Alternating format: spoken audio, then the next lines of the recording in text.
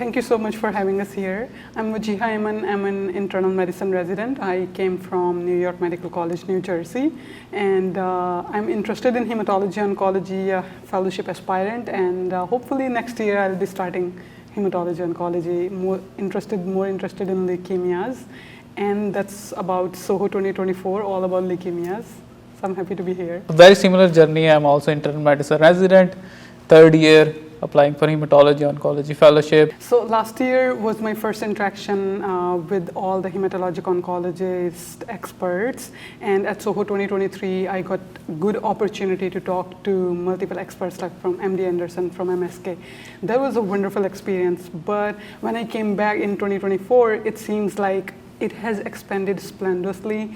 It's really well worked, really well formed. Organization is much better than last year. Like every time there is improvement. So I really appreciate the difference because I observed it closely. And I always stay like 3 days continuously, and I enjoy my time here. And you won't believe, like I never go outside to visit anywhere because I enjoy being on the conference. It's so fun to be here, meeting people, communicating with experts from all over the world.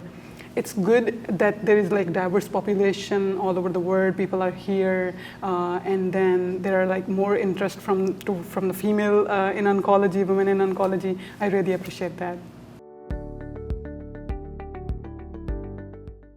We're presenting our poster in SOHO, like we both worked on it. It's about multiple myeloma. So basically it's MRD, it's about the survival in MRD negative patients. So if you give multiple myeloma treatment and you achieve MRD negativity, so what's its impact on survival? So we found that if it's MRD negative patients, they would have better survival, better outcomes as compared to the patients who couldn't achieve MRD negativity. So that can be used as a marker in clinical trials to predict survival. Instead of like following them in 2 years, 3 years, you can have MRD negativity earlier. That can be used as a marker instead of following them for such a long time. Basically, we designed our study. It was a meta-analysis project. So we collected data from multiple clinical trials that were published. So we extracted data from clinical trials. We included about 10 studies that have reported MRD negativity, and then we combined all the data and we provided a combined result of these more than 10 clinical trials. MRD negativity, in our results, we found that MRD negative patients have better survival.